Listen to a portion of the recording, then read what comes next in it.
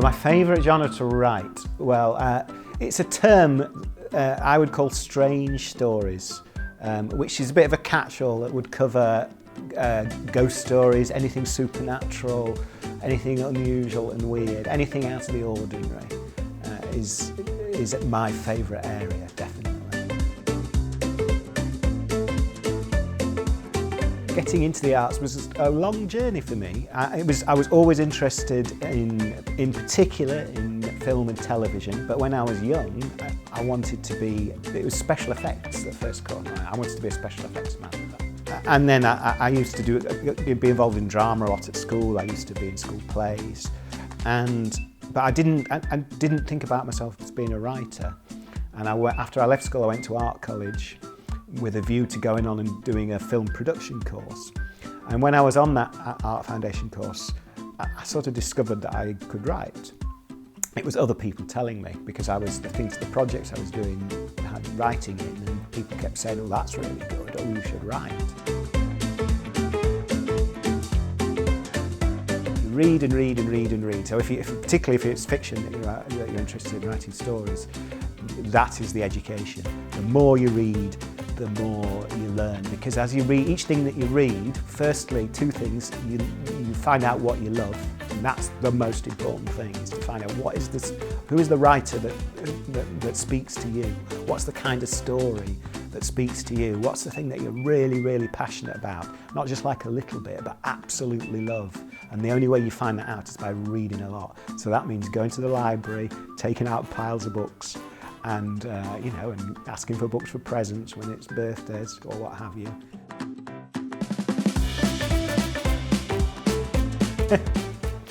Well, I'm not sure if it's for the writer to say that himself, because it's not really up to you.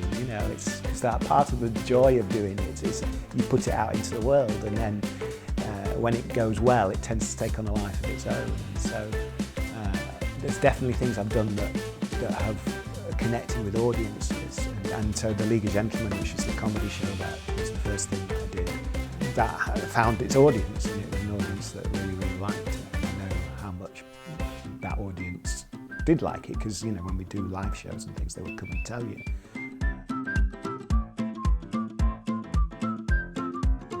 Oh, there's loads stored away, yeah, and I've got a kind of a wall in my office with ideas on it, with post-it stickers of ideas for things, and so you can just gradually work through them one by one. So there's plenty of stuff that's still to be done. Yeah. If you're really stuck, put it away, and go and leave it, and come back to it. Now that can be overnight, that could be for a week, sometimes that could be for a year or more.